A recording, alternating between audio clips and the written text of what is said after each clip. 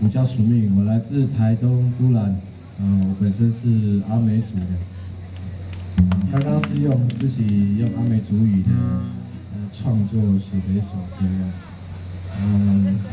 这几次的表演呢，很多朋友很感谢他们哦，因为他们也不见得是原住民，可是他们都练习背阿美族的歌词，然后开始学阿美族的话。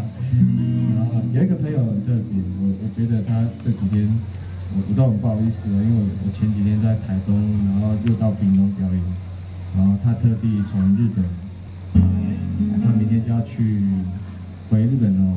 我一直以为他住在台北，因为他每次出现我都觉得很感谢有这样的朋友，一个日本朋友在这边赛斗上。很辛苦啊，来台湾没有把到妞，还要过情人节。希望希望有个机会。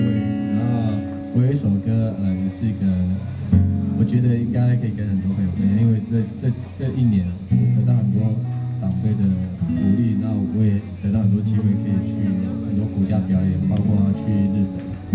上个月才去日本的灾区有七仙沼市那边表演，然后我觉得。